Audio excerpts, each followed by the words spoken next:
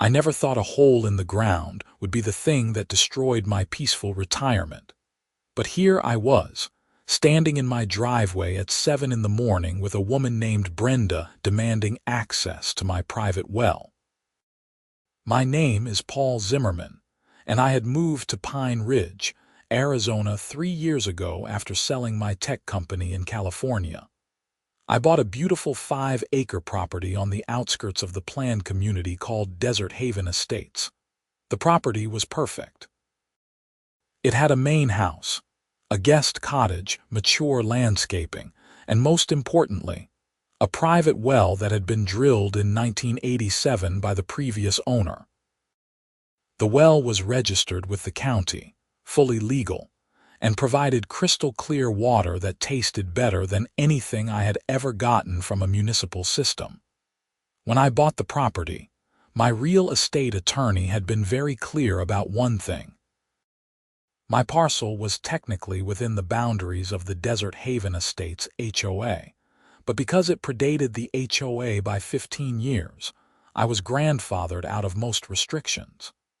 I paid a nominal annual fee for road maintenance since I used the community entrance, but that was it.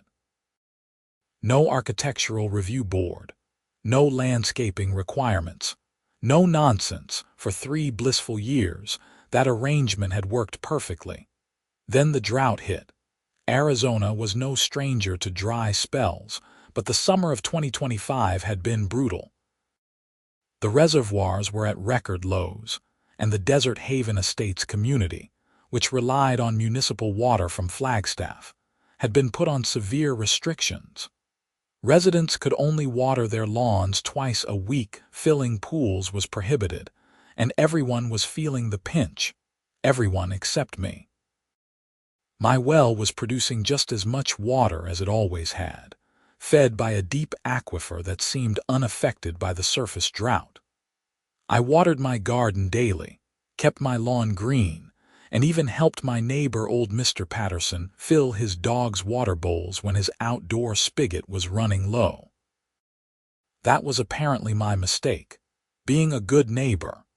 Brenda Whitmore was the HOA president, and she looked exactly how you would imagine an HOA president in Arizona would look. She was probably in her mid-50s, had that overly processed blonde hair that looked crunchy, wore too much turquoise jewelry, and had the kind of tan that dermatologists have nightmares about. She also had a voice that could cut through steel and a sense of entitlement that rivaled royalty. "Mr. Zimmerman," she said, standing at the end of my driveway with her clipboard and her pursed lips, "we need to discuss your water usage." I was holding my coffee mug, wearing my old MIT sweatshirt and jeans, just trying to enjoy the morning before the heat became unbearable. "Good morning to you too, Brenda. What about my water usage? It has come to the attention of the HOA board that you are using excessive amounts of water while the rest of the community is suffering under restrictions." She said this as if she was reading from a script, which she probably was. "I am using water from my private well," I said slowly, like I was explaining something to a child. "Municipal restrictions do not apply to private water sources." "That may be," she said, her voice taking on that sharp edge I would come to know very well over the next few weeks. "But you are part of this community, and we expect everyone to share the burden during difficult times." I almost laughed. "Brenda, I am not part of the HOA. We have been over this. My property predates your organization. You still use our roads and benefit from our community resources," she countered. "The board has voted, and we are implementing a new community water sharing program. All residents with private water sources are required to connect to a community distribution system so that everyone has equal access." Now I did laugh. I could not help it. "You want me to hook my private well up to some kind of community system? That is insane and illegal." Her face flushed red beneath the orange tan. "It is not illegal. It is being a good neighbor. Several board members have already consulted with our attorney, and we believe we have grounds to enforce this under the community covenant regarding shared resources. Shared resources. I set my coffee cup down on the porch railing. Brenda, my well is not a shared resource. It is my private property on my private land that I maintain at my own expense. The covenant you are referring to does not apply to me. She pulled a piece of paper from her clipboard and thrust it toward me. This is a formal notice from the HOA board. You have 30 days to comply with the water sharing program or face penalties. I took the paper, more out of shock than anything else. What penalties? You cannot penalize me for something I am not required to do.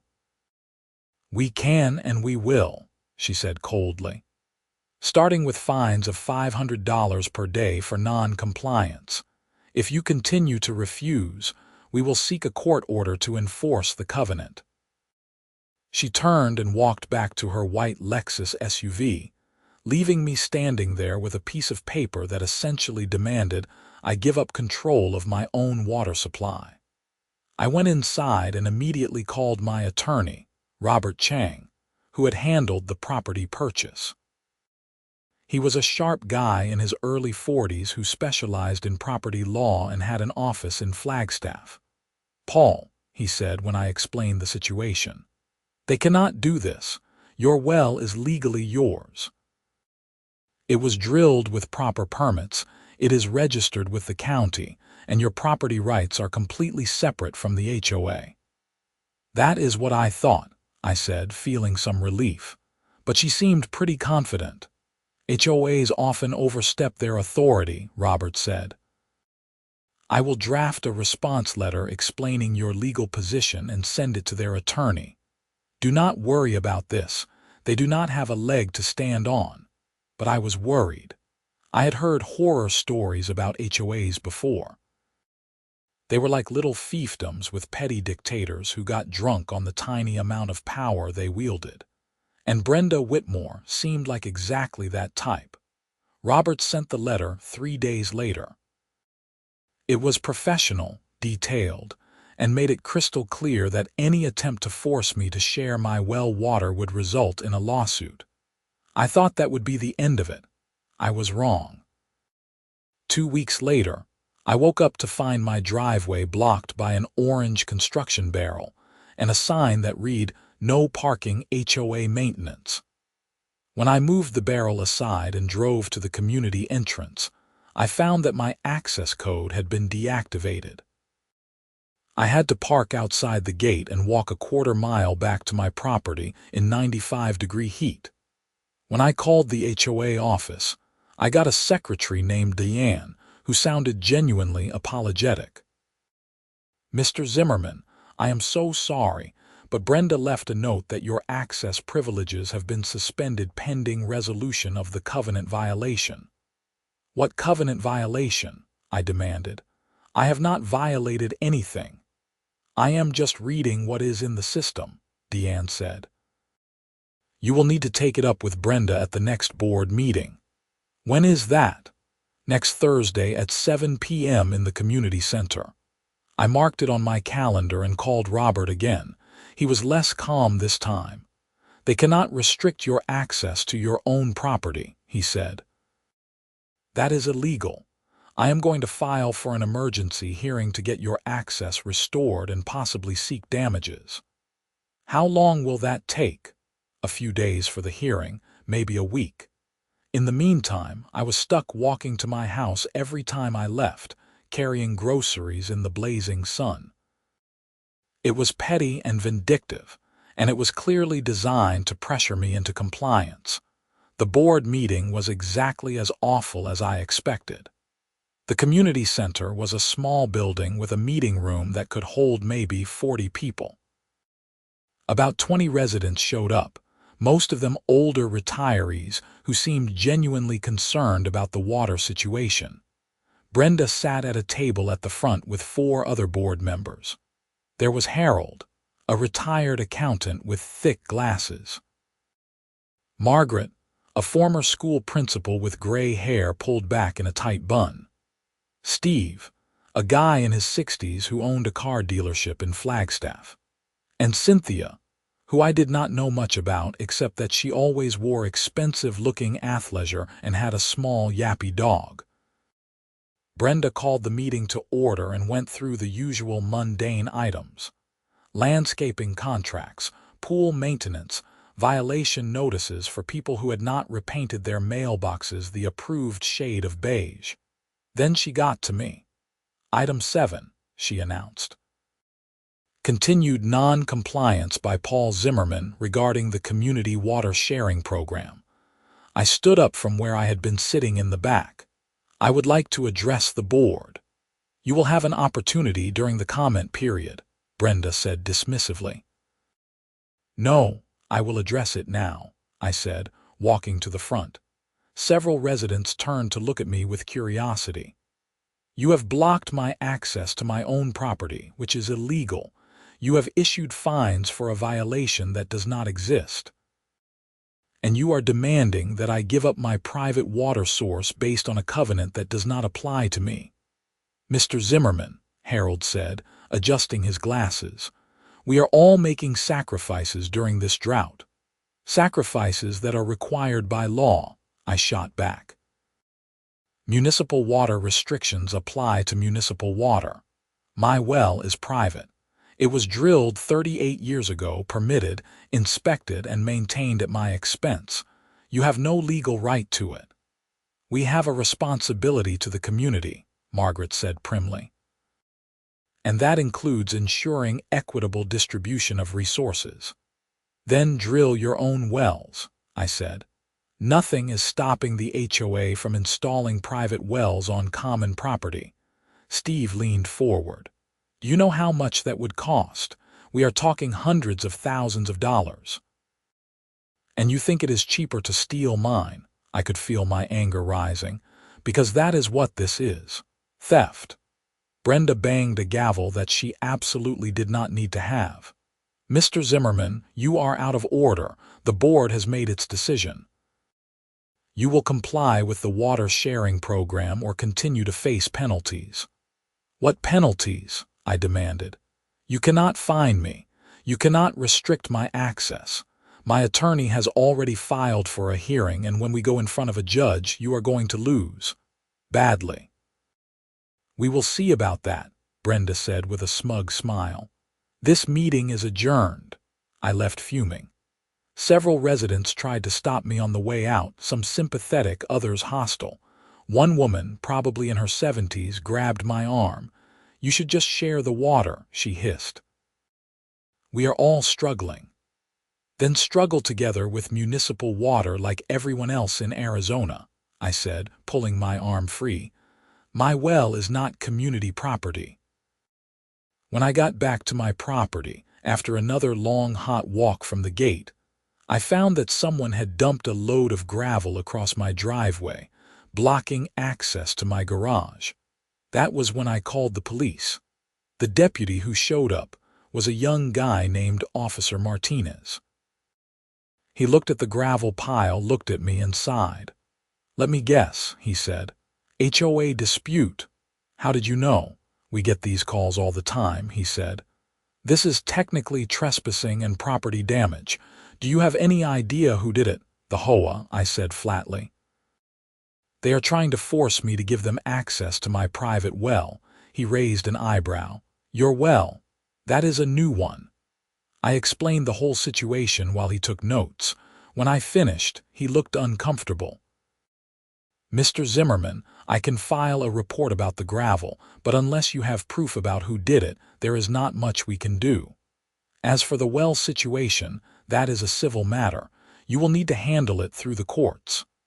They blocked my access code to the gate, I said. Can they do that? Probably not, but again, civil matter. You need to get a lawyer involved. I have one. Then let him handle it. In the meantime, I would suggest installing some security cameras. If someone is harassing you, we need evidence. He left, and I spent the rest of the afternoon moving gravel with a shovel.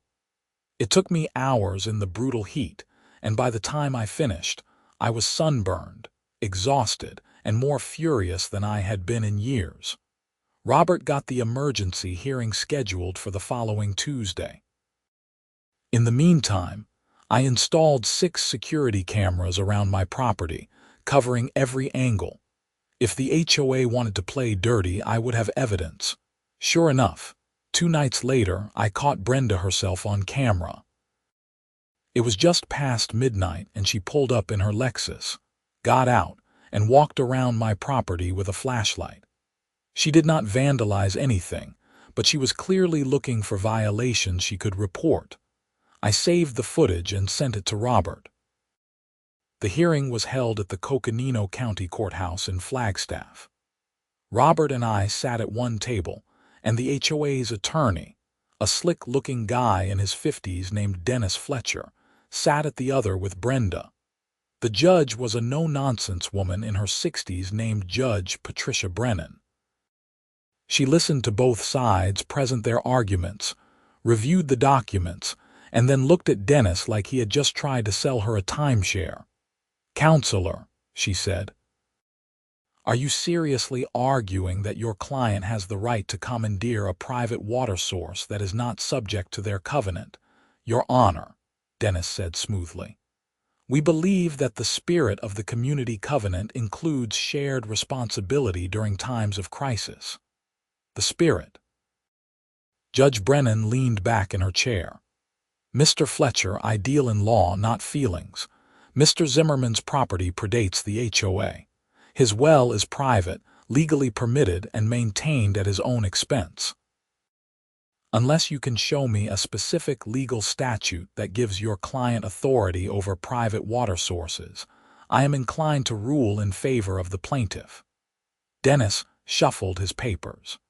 "The community covenant does include language about shared resources and community welfare." "Which does not apply to Mr. Zimmerman," Robert interjected.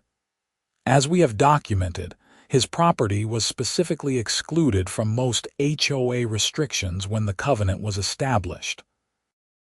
The only thing he is required to participate in is road maintenance fees, which he has paid every year without issue." Judge Brennan nodded. "I am ruling in favor of Mr. Zimmerman. The HOA will immediately restore his gate access, cease all fines and penalties, and desist from any further harassment regarding his private well. Additionally, I am ordering the HOA to pay Mr. Zimmerman's legal fees in this matter." Brenda looked like she had swallowed a lemon. Dennis was already packing his briefcase, clearly wanting to get out of there as fast as possible. "Furthermore," Judge Brennan continued, "if Mr. Zimmerman has to return to this court for continued harassment, I will consider sanctions against the HOA board personally. Am I clear?" "Yes, Your Honor," Dennis mumbled. I walked out of that courthouse feeling vindicated. Robert clapped me on the shoulder. "That went better than expected," he said. "Most judges do not award fees in HOA disputes unless the case is particularly egregious." "So it is over," he hesitated. "It should be, but HOAs can be stubborn. Keep those cameras running." He was right to warn me. The gate access was restored the next day, but the harassment continued in more subtle ways. I started getting violation notices for things that did not exist. My mailbox was supposedly the wrong color, even though it had not changed in 3 years. My landscaping was not in compliance with community standards, even though I was specifically exempt from those standards. My house number was not properly visible, even though it was a 10-inch brass number mounted right next to my front door. Each violation came with a fine. Each fine went straight into my evidence folder, and Robert sent cease and desist letters for each one. But the most disturbing thing happened 3 weeks after the hearing. I woke up one morning to find that my well pump was not working. When I went to check on it, I discovered that someone had poured concrete mix down the well access pipe. I called the police immediately. Officer Martinez came out again, this time with a detective named Sarah Kowalski. She was in her 40s, sharp-eyed, and took the vandalism seriously. "How much damage are we talking about?" she asked, looking at the well house. "I do not know yet," I said. "I have a well service company coming out this afternoon, but if the concrete made it down to the pump, I am looking at potentially tens of thousands of dollars in damage." "And you think it was the HOA?" I pulled up the security footage from the night before. It showed two figures approaching my well house around 3 in the morning. They were wearing hoodies and moved quickly, but one of them was clearly female based on body shape and size, and the other was a larger male. "I cannot make out faces," Detective Kowalski said. "But this is definitely criminal vandalism. I am going to need a copy of this footage." The well service company arrived that afternoon. The technician, a weathered guy in his 60s named Larry, spent an hour assessing the damage. "I've got good news and bad news," he finally said. "The good news is that the concrete did not make it all the way down to the pump. It solidified in the upper section of the pipe. The bad news is that I am going to have to pull the entire pipe assembly out, clean it, and possibly replace sections. You are looking at about $15,000 in repairs." I felt sick. "How long will it take?" 3, maybe 4 days. "In the meantime, you will not have water." I thanked him and called Robert again. He was furious.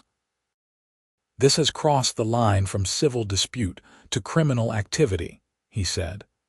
"We are filing a lawsuit against the HOA for harassment, and I am recommending you press criminal charges against anyone involved."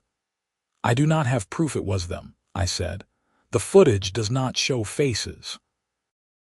"But it shows a pattern of harassment that started with the HOA president," Robert countered. "Let the police investigate. In the meantime, I am drafting a lawsuit that will make them wish they had never heard your name." Over the next few days, I had to survive without water. I filled up jugs at a friend's house in Flagstaff and basically camped in my own home. It was miserable, but it also made me more determined than ever to fight back. Detective Kowalski called me 4 days after the vandalism. "Mr. Zimmerman, I need you to come down to the station. We have identified the individuals in your security footage." When I got to the police station, she led me to a small conference room. Spread out on the table were several photographs and documents. "We used gait analysis and body measurements from your footage," she explained. "Combined with the fact that this is part of an ongoing harassment campaign, we were able to narrow down suspects.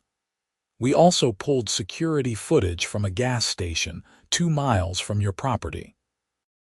At 3:20 a.m. on the night of the vandalism, we have clear footage of a white Lexus SUV registered to Brenda Whitmore at the pump."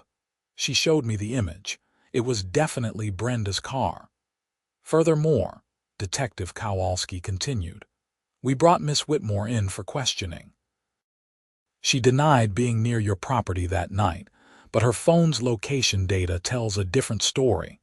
She was within 100 yards of your address between 2:50 and 3:30 a.m. So you can arrest her. We are working on it. We also identified her accomplice, a man named Steve Morrison. He is on the HOA board with her, Steve, the car dealership guy. I remembered him from the board meeting. We have enough evidence to charge both of them with criminal vandalism and trespassing," Detective Kowalski said. "But I wanted to talk to you first. This is going to turn into a whole thing. Once we arrest an HOA president, it tends to make news." "I do not care about the news," I said. "I care about stopping them from destroying my property." She nodded. "Okay, we will move forward with the arrests. You should be prepared for backlash from the community, though. Some people will see you as the bad guy. I can live with that." Brenda and Steve were arrested the following morning.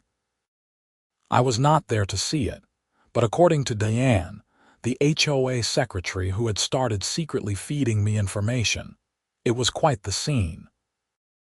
Brenda apparently screamed about false accusations and demanded to speak to a lawyer while being handcuffed in front of several residents who were at the community center for a yoga class.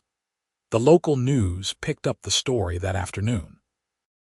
HOA president arrested for vandalism in water dispute ran on every station.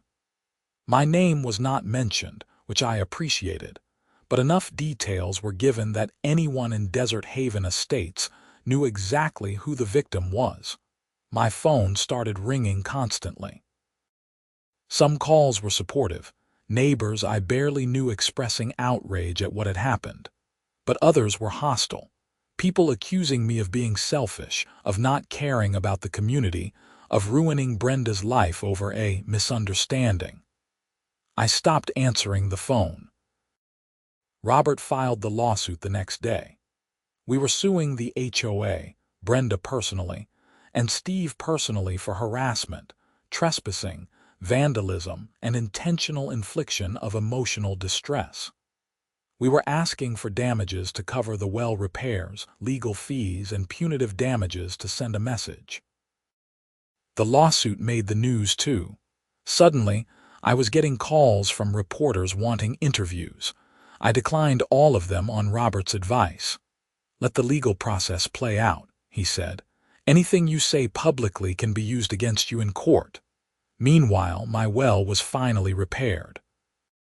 Larry and his crew worked around the clock and got everything cleaned and operational. The water tested clean, and I had my supply back. The $15,000 bill stung, but I knew I would recover it through the lawsuit. The criminal case against Brenda and Steve moved forward. They both pled not guilty, which I expected. Their attorney tried to get the charges dismissed, arguing that the evidence was circumstantial, but the judge disagreed. With the security footage, phone location data, and gas station video, there was enough for trial. The HOA, meanwhile, was in chaos. An emergency board meeting was held where Harold, the accountant, took over as interim president. He called me personally to apologize. "Mr. Zimmerman," he said, sounding exhausted, "I want you to know that not everyone on the board supported Brenda's actions. Some of us tried to talk her out of this water sharing program from the beginning, but she was insistent." "Why did not you stop her?" "Because she controlled 3 votes, he said. "Her, Steve, and Cynthia. Margaret and I were outvoted on everything." But now Steve is suspended from the board pending the criminal case, and Cynthia has resigned. "We are trying to clean up this mess." "Good luck with that," I said, not feeling particularly sympathetic. "I also want you to know that the HOA will not be contesting your lawsuit," Harold continued. "Our insurance company has advised us to settle. You will be hearing from our attorney soon with an offer." The offer came 2 days later. The HOA's insurance was willing to pay for all well repairs, all legal fees to date, and an additional $25,000 in damages. In exchange, I would agree not to pursue further claims against the HOA itself, though I could still pursue Brenda and Steve personally. Robert reviewed the offer and recommended I take it. "This is a good deal," he said. "The HOA's insurance is covering it, which means the community members are not going to be hit with a special assessment. But you can still go after Brenda and Steve, who were the actual bad actors." I signed the settlement agreement. A week later, I received a check for $62,000, which covered everything plus the damages. It did not make up for the stress and harassment, but it was something. The criminal trial for Brenda and Steve was scheduled for 6 months out, but their attorney approached the prosecutor with a plea deal. They would both plead guilty to misdemeanor vandalism and trespassing, pay restitution, and serve a year of probation. In exchange, they would avoid jail time. The prosecutor called me to get my opinion. "Mr. Zimmerman, I think we could get a conviction at trial, but plea deals save time and resources. How do you feel about this?" I thought about it for a long moment. Part of me wanted to see them go through a full trial, to be publicly humiliated. But another part of me was just tired. I wanted this to be over. What about restitution? I asked. They would each pay $15,000, $30,000 total, plus court costs and fees. And they admit guilt. Yes, it goes on their records. Okay, I said. I can live with that. The plea hearing was held 3 weeks later. I attended, sitting in the back of the courtroom. Brenda and Steve both stood before the judge, looking considerably less smug than they had at that board meeting months ago. They each read a prepared statement admitting to the vandalism and apologizing to the court. Neither of them looked at me. The judge accepted the pleas and sentenced them according to the agreement. 1 year probation, restitution, community service, and permanent criminal records. As I left the courthouse that day, I ran into Margaret, the former school principal from the HOA board. She was waiting in the hallway, clearly having attended the hearing as well. "Mr. Zimmerman," she said, approaching cautiously. "May I speak with you for a moment?" I stopped. "What is it?" "I wanted to apologize," she said. "I should have done more to stop Brenda. I knew what she was planning was wrong, but I convinced myself it was not my place to interfere. I was a coward, and you paid the price." I studied her face. She looked genuinely remorseful. "I appreciate that," I said finally. "But you are right. You should have done more." She nodded. "I have resigned from the board. Harold is trying to rebuild it with people who actually understand property rights and legal boundaries. I hope that gives you some peace of mind." "It does," I admitted. "Thank you." The civil lawsuit against Brenda and Steve personally took longer to resolve. Robert pursued it aggressively, and after months of depositions and legal maneuvering, their attorneys finally approached us with settlement offers. Brenda offered $50,000. Steve offered $30,000. Both wanted to settle to avoid trial and further legal fees. Robert looked at me across his desk. "What do you think? We could probably get more at trial, but it is never guaranteed." I thought about everything that had happened. The harassment, the vandalism, the stress. The satisfaction of seeing them both plead guilty to crimes. "Take it," I said. "I am done with this." The settlements were finalized in March of 2026, almost a full year after Brenda had first showed up in my driveway demanding access to my well. When the checks cleared, I had recovered all my expenses and then some, but more importantly, the HOA had completely backed off. The new board, led by Harold and several newly elected members who actually understood the law, issued a formal apology to me.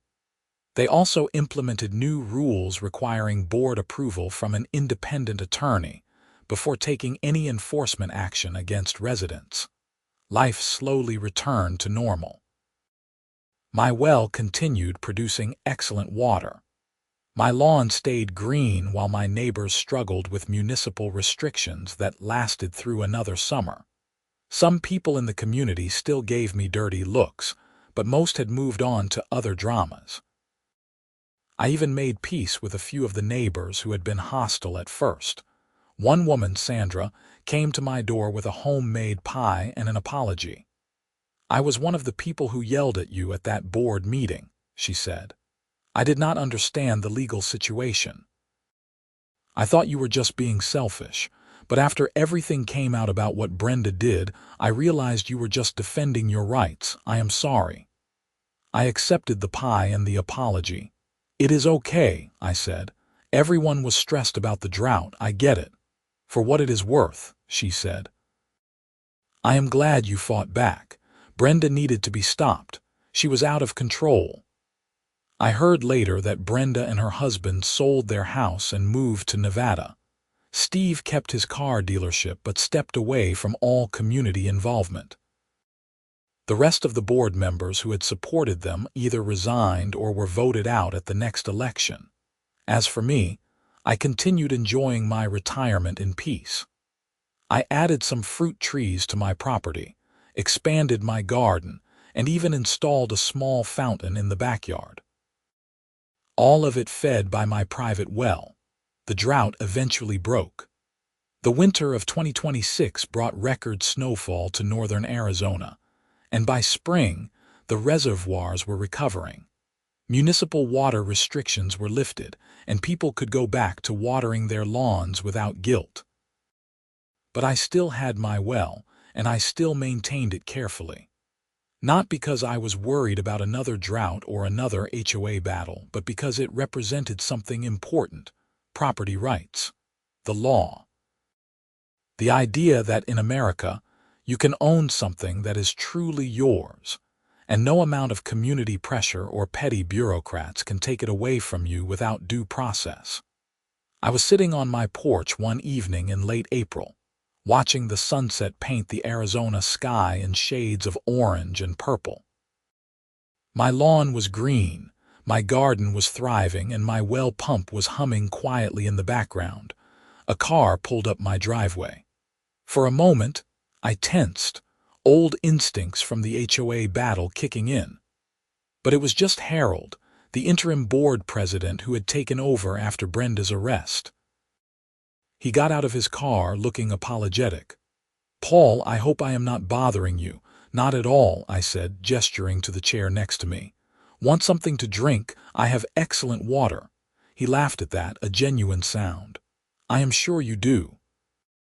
"Actually, I came by to let you know that the board has officially voted to exempt your property from all future HOA enforcement actions, except for the road maintenance fees you have always paid. We put it in writing, filed it with the county, and made it part of the permanent covenant record." I raised my eyebrows. "That is more than I expected." "It is the least we can do," Harold said. "What happened to you was wrong on every level. The new board wants to make sure nothing like that ever happens again to you or anyone else." "I appreciate that," I said sincerely. He stood up to leave, then paused. "Can I ask you something? Why did not you just move? A lot of people would have just sold and left after all that harassment." I thought about the question. It was a good one. "Because this is my home," I said finally. "I bought it legally, I own it legally, and I should not have to leave just because someone else does not like how I use my own resources. If I had moved, Brenda would have won, and people like her should not win." Harold nodded slowly. "That is a good answer. Well, enjoy your evening, Paul. And your water." After he left, I sat on my porch for a long time just thinking. The whole experience had been exhausting and infuriating, but in some ways, it had also been clarifying. I had learned that standing up for your rights is not always easy or comfortable. Sometimes it means being unpopular. Sometimes it means fighting battles in court and dealing with vandalism and harassment.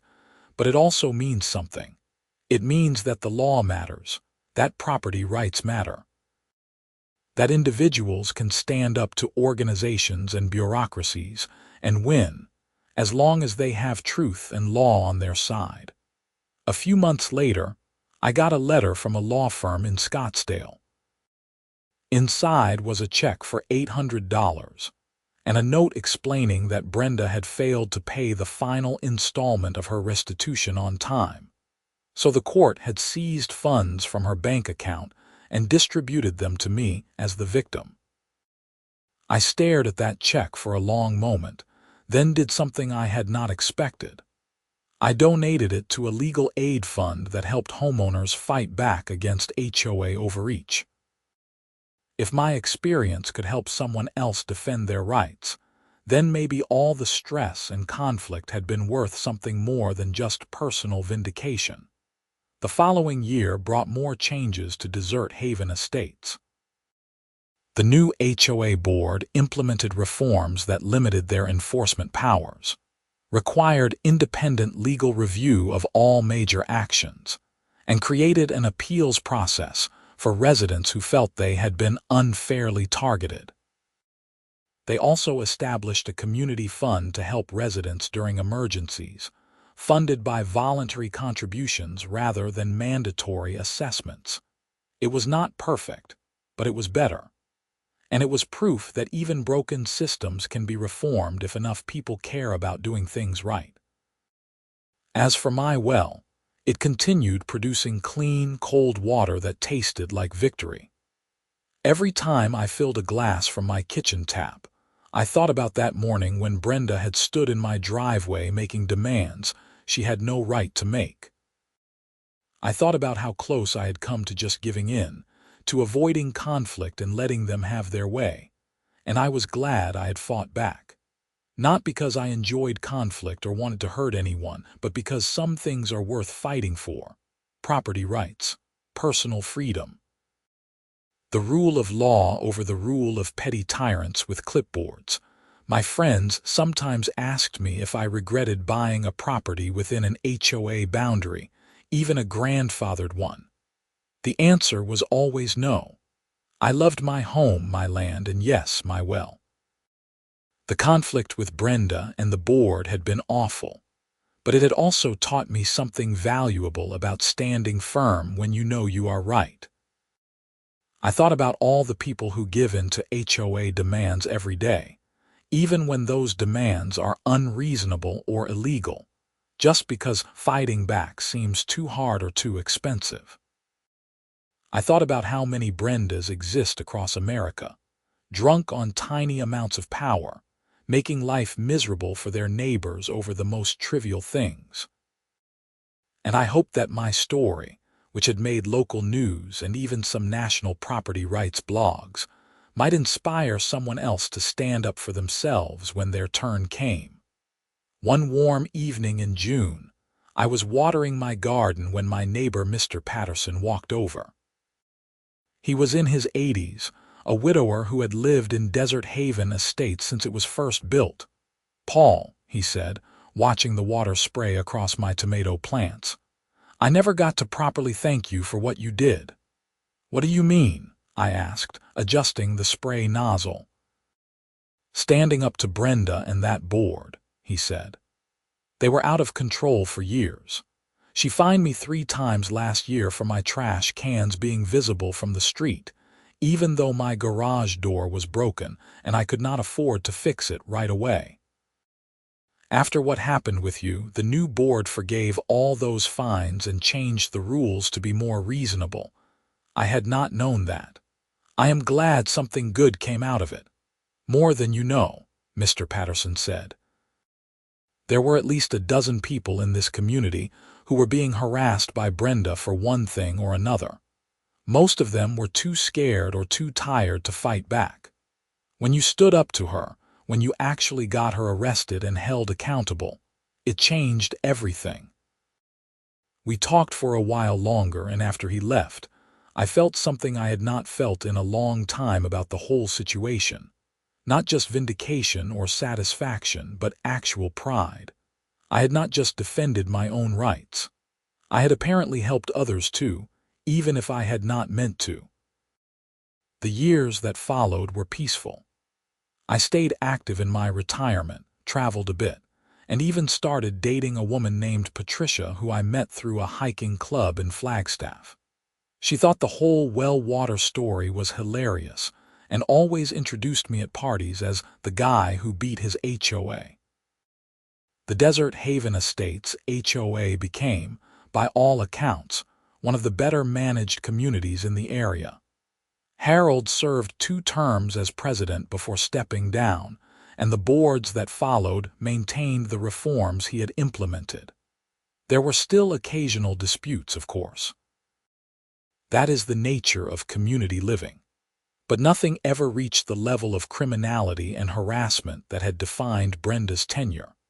I heard through the gossip network that Brenda and her husband had divorced not long after moving to Nevada. Apparently, the stress of the legal battles and criminal conviction had been too much for their marriage. I felt a twinge of sympathy when I heard that, but not enough to change my mind about anything I had done. She had made her choices, and choices have consequences. Steve still owned his car dealership, but his business had taken a hit from the negative publicity. Some people did not want to buy cars from someone with a criminal record, even if it was just a misdemeanor. He eventually sold the dealership and retired early. As for me, I kept my well maintained, my property beautiful, and my boundaries clear. I had learned the hard way that you have to be willing to defend what is yours, not with aggression or hostility, but with knowledge of the law and the willingness to use it. My attorney Robert and I stayed in touch. He told me that he had gotten several new clients specifically because of how he had handled my case. Property owners fighting HOA overreach, he said, were one of the fastest growing areas of his practice. "You started something," he joked during one of our occasional lunches. "Every time an HOA in northern Arizona gets too big for their britches now, someone calls me and says they want the Paul Zimmerman treatment." I laughed at that. I am not sure if that is a good legacy or not. "It is a great legacy," he said seriously. "You reminded people that they have rights and that those rights can be enforced. That matters." Looking back on everything now, sitting on my porch on a cool evening with a glass of well water in my hand, I realized he was right. The fight had been worth it. Not just for me, but for everyone who would benefit from the precedent it set, from the reforms it inspired, from the simple message that HOA boards are not kingdoms and their presidents are not queens. My well continued pumping water from deep underground, the same as it had for almost 40 years. It was a hole in the ground, really. Pipes and a pump and an aquifer that no one fully understood, but it was also a symbol of something larger: independence, self-reliance. The fundamental American idea that a person has the right to own property and use it as they see fit, as long as they are not harming anyone else. Brenda had tried to take that away from me, wrapped in the language of community and fairness and shared sacrifice. But those were just words used to disguise what was really a power grab, an attempt to control something that was not hers to control. I had said no. I had fought back, and I had won. That victory was worth more than any amount of water, more than any settlement check, more than any satisfaction of seeing her arrested. It was the victory of law over tyranny, of individual rights over collective demands, of truth over intimidation. And every time I turned on my tap and filled a glass with cool, clean water from my private well, I remembered that. I remembered that some fights are worth having, that some lines are worth defending, and that in America, at least in theory and sometimes in practice, the little guy can still win. The sun set over the Arizona desert, painting the sky in brilliant colors. My lawn was green, my garden was thriving, and my well pump hummed quietly in the background. Somewhere out there, another HOA was probably overstepping its authority. Another Brenda was drafting violation notices for mailboxes that were the wrong shade of beige, but they would have to be more careful now. Because people like me had proven that you can fight back. You can win. And the law, when properly applied, still means something. I raised my glass of well water in a silent toast to that idea, and to all the homeowners out there who would someday face their own battles with petty bureaucrats and power-hungry board members. Stand your ground, I thought. Know your rights, and never, ever let them tell you that your private property is their community resource. That was my story, and I was proud of it. From that first morning when Brenda appeared in my driveway with her clipboard and her demands, to the final settlement checks and criminal convictions, to the peaceful years that followed. It had been a wild ride, but I had come through it with my property intact, my rights defended, and my well still pumping. And really, what more could a retired tech guy in Arizona ask for?